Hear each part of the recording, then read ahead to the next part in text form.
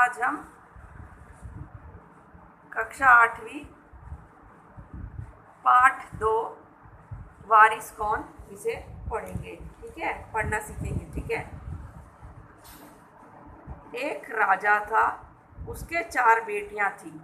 राजा ने सोचा कि इन चारों में से जो सबसे बुद्धिमान होगी उसे ही अपना राजपाट सौंपेगा।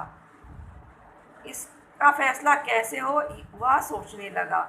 अंत में उसे एक उपाय सूझ गया। उसने एक दिन चारों बेटियों को अपने पास बुलाया, सभी को गेहूं के 100-100 दाने दिए और कहा, इसे तुम अपने पास रखो।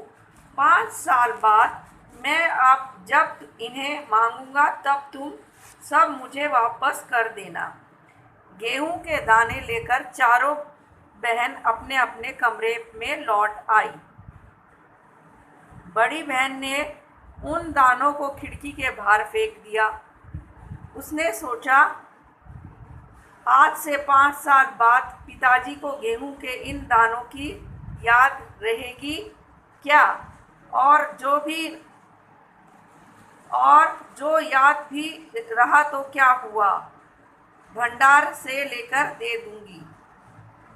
दूसरी बहन ने दानों को चांदी की एक डिब्बी में डालकर उसे मखमल के थैले में बंद करके सुरक्षा से अपनी संदूकची में डाल दिया।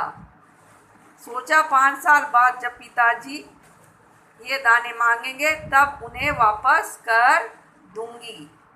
तीसरी बहन बस सोचती रही कि इसका क्या करूं। चौथी और छोटी बहन तनिक बच्ची थी। शरारत करना उसे बहुत पसंद था।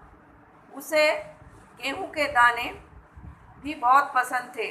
उसने दानों को भुनवाकर खा डाला और खेल में मग्न हो गई। तीसरी राजकुमारी को इस बात का यकीन था कि पिताजी ने उन्हें ये यूं ही दाने नहीं दिए होंगे, जरूर इसके पीछे कोई मकसद होगा। पहले तो उसने भी अपनी दूसरी बहनों की तरह ही उसे सहेजकर रख देने की सोची, लेकिन वह ऐसा ना कर सकी। 2-3 दिनों तक वह सोचती रही। फिर उसने अपने कमरे की खिड़की के पीछे वाली जमीन में वे दाने बो दिए। समय पर अंकुर फूटे, पौधे तैयार हुए, दाने निकले। राजकुमारी ने तैयार फसल में से दाने निकाले और फिर से बो दिए। इस तरह 5 वर्षों में उसके पास ढेर सारा गेहूं तैयार हो गया। 5 साल बाद राजा ने फिर चारों बहनों को बुलाया और कहा, आज से 5 साल पहले मैंने तुम चारों को गेहूं के 100-100 दाने दिए थे और कहा था कि 5 साल बाद मुझे वापस करना। कहाँ हैं वे दाने? बड़ी राजकुमारी भंडार घर जाकर गेहूं के दाने ले आई और राजा को दे दिए। राजा ने पूछा, क्या ये वही दाने हैं जो मैंने तुम्हें दिए थे?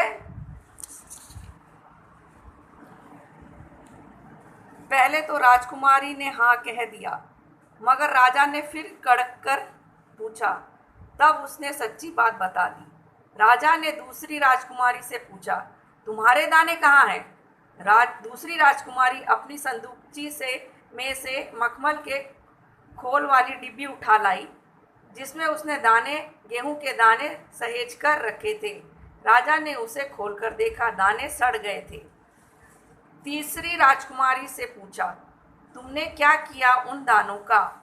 तीसरी ने कहा, मैं इसका उत्तर आपको अभी नहीं दूंगी, क्योंकि जवाब पाने के लिए आपको यहाँ से दूर जाना पड़ेगा और मैं वहाँ आपको कल ले चलूँगी।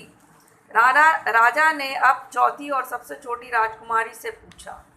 उसने उसी बेपरवाही से जवाब दिया, उन दानों की कोई कीमत है पिताजी? वैसे तो ढेरों दाने भंडार में पड़े हैं, आप तो जानते हैं ना, मुझे गेहूं के भुने हुए दाने बहुत अच्छे लगते हैं, सो मैं उन्हें भुनवा कर खा गई। आप भी पिताजी किन किन चक्रों में पड़ जाते हैं? सभी के उत्तर से राजा को बड़ी निराशा हुई। चारों में से अब उसे केवल तीसरी बेटी से ही थोड़ी उम्मीद थी।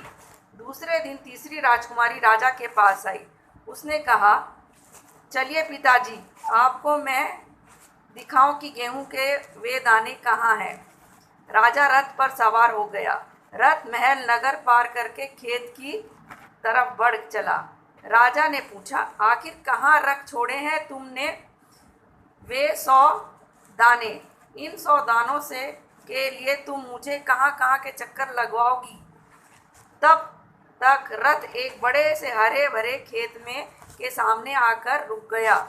राजा ने देखा, सामने बहुत बड़े खेत में गेहूं की फसल थी। उसकी बालियां हवा में झूम रही थी, जैसे राजा को कोई खुशी भरा गीत सुना रही हो। राजा ने हैरानी से राजकुमारी की ओर देखा।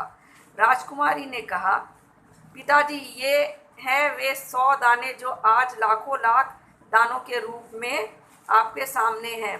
मैंने उन 100 दानों को बोकर इतनी अधिक फसल तैयार की है। राजा ने उसे गले लगा लिया और कहा, अब मैं निश्चित हो गया, तुम ही मेरे राज्य की सच्ची उत्तराधिकारी हो।